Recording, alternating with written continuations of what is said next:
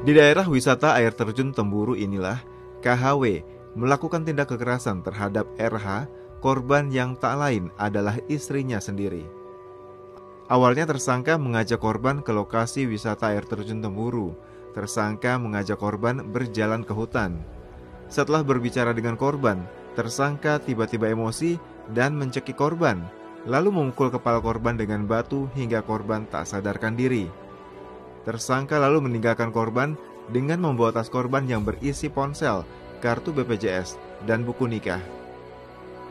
Setelah sadar, korban pun segera mencari bantuan.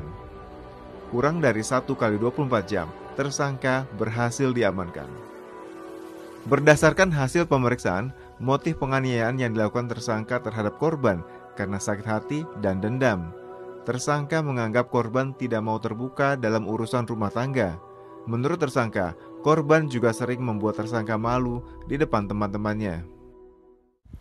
Kronologi kejadian itu berdasarkan keterangan daripada korban Sadari H ya.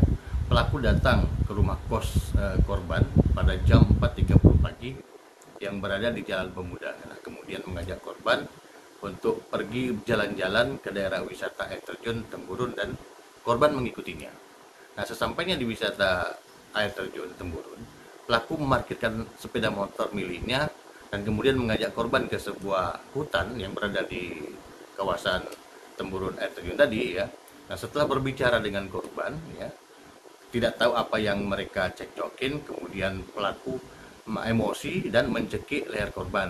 Nah, selanjutnya kemudian mengambil sebuah batu dan dipukul ke wajah dan kepala sehingga bercucuran darah. Dan ketika itu juga sang korban ya atau istri pingsan. Nah, melihat korban itu pingsan, pelaku mengikat tangan dan kaki korban dengan menggunakan sebuah laba hitam yang diambil di dalam jok motornya. Lalu menyeret korban ke sebuah jurang, ya di samping jurang yang tidak jauh dari sekitar hutan tersebut. Nah, selanjutnya pada pukul 6 pagi, ya korban terbangun dari pingsannya dan mendapati bahwa tas miliknya sudah tidak ada. Nah, adapun yang hilang daripada isi tas tersebut antara lain handphone, kartu BPJS, dan buku nikah. Nah, selanjutnya korban berjalan menuju jalan raya untuk mencari bantuan.